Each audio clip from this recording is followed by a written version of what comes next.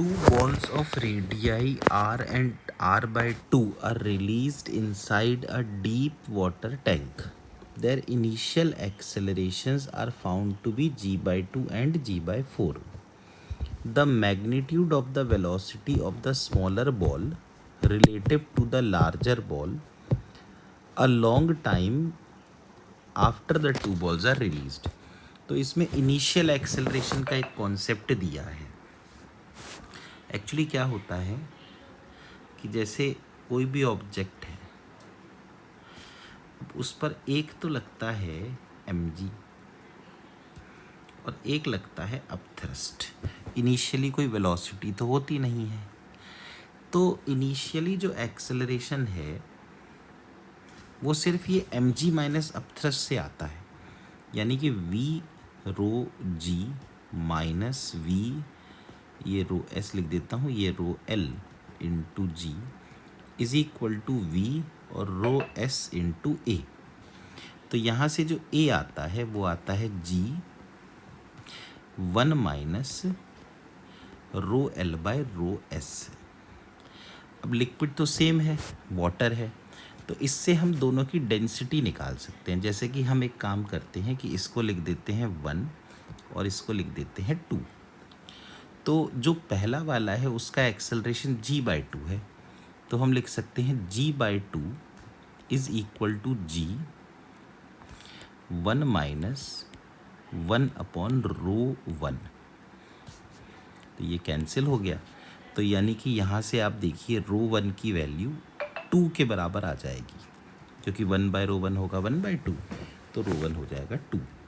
इसी तरह से दूसरे का एक्सेलरेशन g बाय 4 है, तो g by 4 is equal to g 1 minus 1 by rho 2.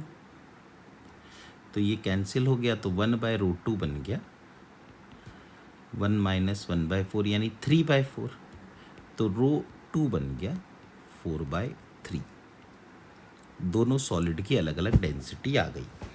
अब इन्होंने ये पूछा है कि the magnitude of velocity of the smaller ball relative to the larger ball after very long time. अब बहुत देर के बाद तो टर्मिनल वेलोसिटी हो जाती है. तो टर्मिनल वेलोसिटी का फॉर्मूला होता है जैसे v1, तो हम लिखेंगे 2r² रो s माइनस रो l, तो 2 माइनस 1 इंटू जी अपॉन 9 ईटा. ऐसे ही v2 को हम लिखेंगे 2 और रेडियस r बाई 2 है, r बाई 2 का square rho s minus rho l यानी कि 4 by 3 minus 1 into g upon 9 eta. तो v1 बना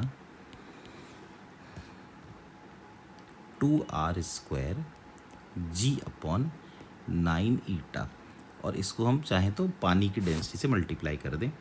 और v2 बना, वैसे तो 1 होती है लेकिन यहाँ रो इनने दी है, तो ये बना 2r² by 4 by 3 minus 1 1 by 3 g upon 9 eta, और रो से मल्टीप्लाई कर देते हैं.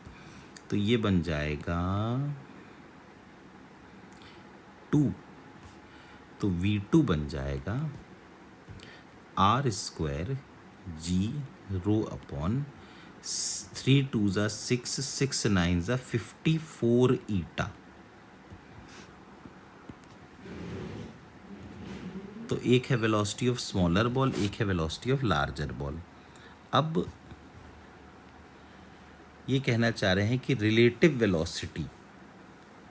Velocity of the smaller ball relative to the larger ball will be. तो अब हम ये देखते हैं कि एक बार इन्होंने ऑप्शन में क्या क्या दे रखा है.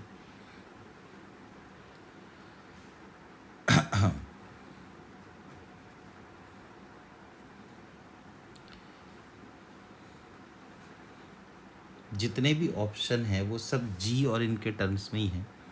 तो v2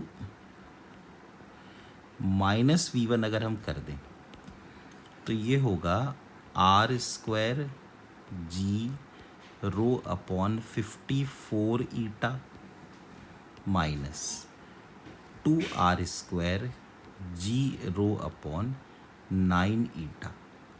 तो एलसीएम में आ जाएगा 54 ईटा, तो r square g rho minus 9 6 तो 12 आर स्क्वायर जी रो, यानी कि -11 r square g rho upon 54 ईटा.